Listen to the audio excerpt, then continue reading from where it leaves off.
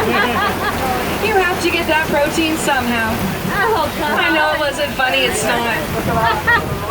But being in the forest is like playing a constant game of hide and go seek. Many of these animals will use the cover of darkness or the rain to come out and forage. So during the day they'll hide in the shadows and let their camouflage do all of the work.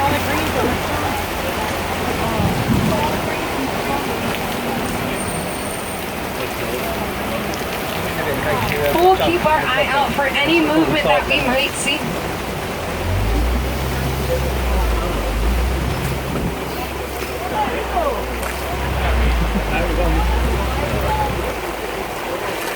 Alright, so coming up on the left, these giant deer-looking creatures, these are actually antelope and they are called greater kudu. Now, greater kudu can get up to 750 pounds. And the males will sport a beautiful set of corkscrew horns, but these seem to be females, so no horns for them. And right behind them on the top of the hill, those chestnut. Please stay seated, friends. All the way in the back, thank you. Please stay seated. Thank you. Bongos are known as the ghosts of the forest because of their very shy and timid nature. Oh, look at all of them. Please stay seated, friends, all the way in the back. Thank you. So we're going to take that victory of hide and go seek, and we are going to leave the forest Mufasa, okay? And head into Safi River. There we might have our best chance at maybe seeing some hippos, so we'll keep our eye out. Now, hippos do like to stay in groups called belotes, so we will keep an eye out for that belote. But during the day, they might hide out in the water and be a little hard to see. And at nighttime, they will actually venture miles inland to graze for food.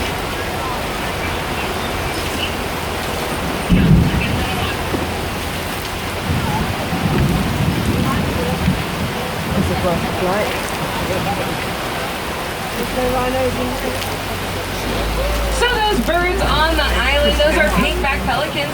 And pink-back pelicans do get their name because of the color that their back turns during breeding season.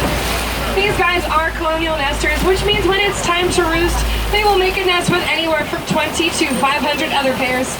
That's about 1,000 of those guys in one place at one time. But I don't see any pinkbacks quite yet, so it must not be breeding season. But we'll still keep an eye out for those hippos and see if they are in the area.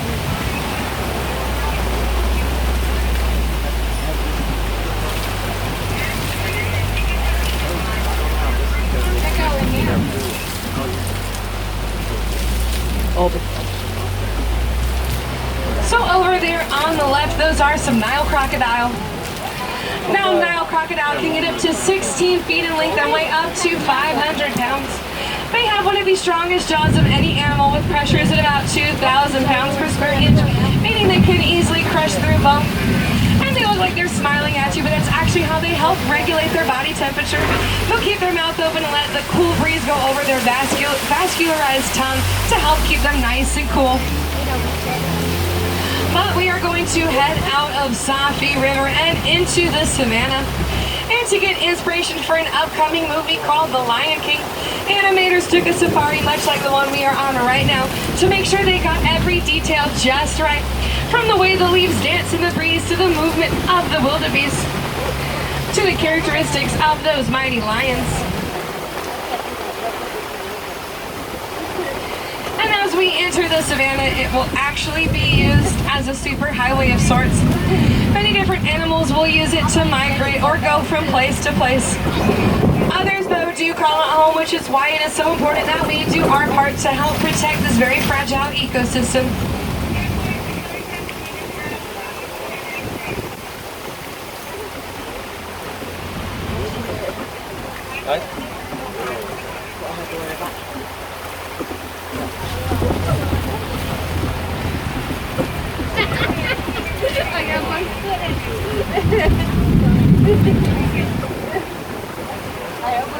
So the savannah is not only a beautiful place, but it's very healthy, and that's thanks to all of the animals.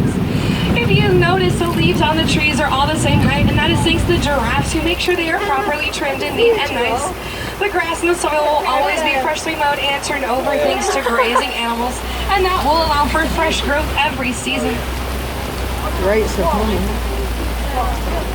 But hiding out in that rock cave over on the left, those are some spotted hyenas. Yeah, there they are. Now, hyenas will form matriarchal clans, which means that the women are large and in charge.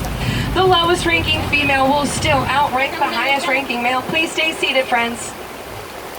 Hey, my friend in the second row, could you please stay seated for me? Please stay seated for me. Thank you. The lowest ranking female will still outrank the highest ranking male.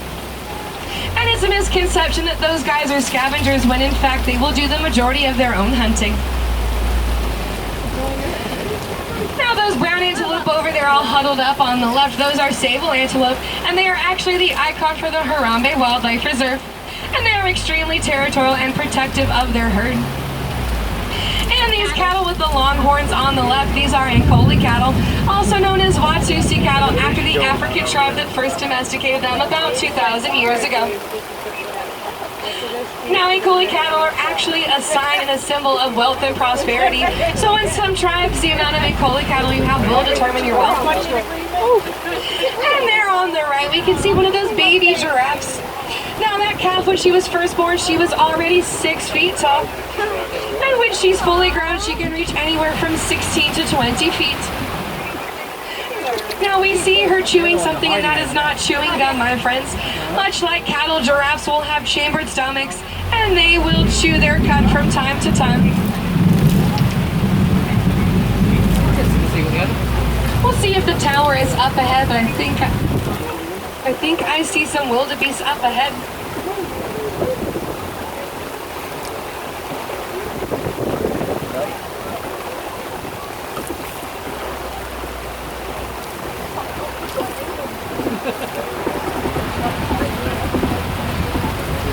Now, wildebeest get their name from the Afrikaans word meaning wild beast, and they are the most numerous animal out on the savannah.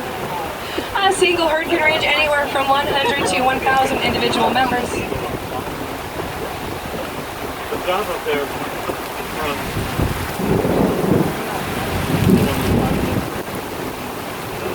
They have another name, which is Nu, G-N-U, and that's after the sound that they make